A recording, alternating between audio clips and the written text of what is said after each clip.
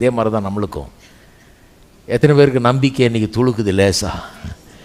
நம்பிக்கை இல்லாமல் நம்ம வாழ்க்கையில் எந்த நம்பிக்கையை இழந்து போய் வந்திருக்கவர்களுக்கு சொல்லுகிறேன், நம்பிக்கை இன்றைக்கி துளிர் விடட்டும், உள்ள லேசாக நம்பிக்கை உண்டாகட்டும். கடவுளுடைய வார்த்தையை கவனிங்க. இந்த வசனங்கள்லாம் நமக்காக எழுதப்பட்டிருக்கிறதா. ரோமர் 15:4 சொல்லுது. இதெல்லாம் எதுக்காக எழுதப்பட்டிருக்கு? நமக்கு நம்பிக்கையை ஊட்டும்படியாக, நமக்கு நம்பிக்கை உண்டாயிருக்கும்படியாக. ஆபிரகாம் கதை, யாக்கோபு, யோசேப்பு, எல்லார் கதையும் எழுதப்பட்டிருக்குது. ஆபிரகாமுக்கு எப்படி இப்படி நடந்ததுன்னு பார்த்தா எனக்கு நம்பிக்கை உண்டாகிறது. ஈசாக்கு எப்படி வறட்சியான தேசத்தில்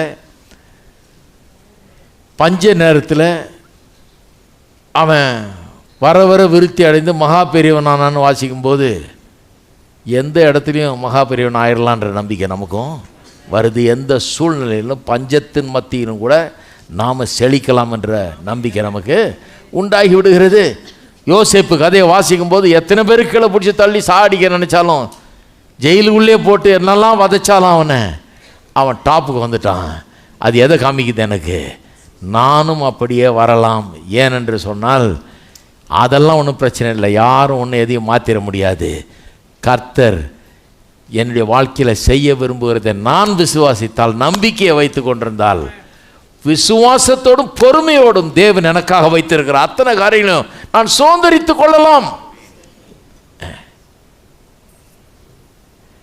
நம்பிக்கை இழக்கிறவங்களுக்கு சொல்கிறேன், இதெல்லாம் வாசித்து பாருங்கள், ரொம்ப இன்ட்ரெஸ்டாக. நான் இதெல்லாம் வாசிக்கிறேன், எனக்குள்ள நம்பிக்கை உண்டாகிறது. கர்த்தர் இவர்களுக்கு செஞ்சதை எனக்கும் செய்வார். அவர் ஒன்றும் மனம் மாறிடல.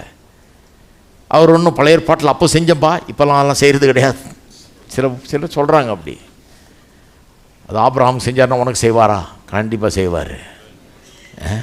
கண்டிப்பாக அவர் செய்வார்.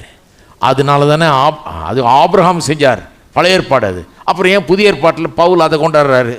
ஆபிரகாமுக்கு அவன் எப்படி விசுவாசித்தான், எப்படி நம்பினான், ஏது இல்லாத இருந்த நம்பினான், விசுவாசித்தான், நம்பிக்கையை விடலை, சந்தேகப்படலை, தேவனை மகிமைப்படுத்தினான், அது அப்படியே அவனுக்கு ஆயிட்டுன்னு ஏன் நமக்கு சொல்கிறாரு? நமக்கு அதுக்கு சம்மந்தம் இல்லையா? அவனுக்கு ஆசீர்வதிச்சார், விட்டுற வேண்டியதானே பழைய ஏற்பாடுன்னு.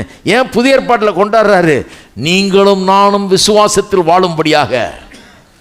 ஏன் புதிய ஏற்பாட்டு விசுவாசிகளுக்கு எபிரேயர் நிருபத்தின் ஆசிரியர் எழுதுகிறார் ஆபிரகாமை பற்றி, அவன் எப்படி பிள்ளையை பார்த்தான்றதை பற்றி எழுதுகிறார். ஏன்னா நமக்கும் விசுவாசம் வேலை செய்யும்படியாக, நம்முடைய வாழ்க்கையிலும் அது நம்முடைய வாழ்க்கையில் இந்த விசுவாசம் வல்லமையான காரியங்களை நடப்பிக்கும்படியாக கற்றுத்தருகிறார். ஜாக்கிரதையாக இருக்கணும் பாருங்க. கர்த்தர் நம்முடைய வாழ்க்கையில் செய்ய விரும்புகிறத யாரும் பறித்துட்டு போகாதபடி காத்து கொள்ள வேண்டும். அது நமக்கு இல்லை, இது நமக்கு இல்லை, அது நடக்காது, இது நடக்காது, எல்லாம் நடக்கும்ன்றதை உணர்றதுக்காக தான் கர்த்தர் சொல்லி வச்சிருக்கிறார். இருக்கீங்களா? எத்தனை பேர் இருக்கிறீங்க?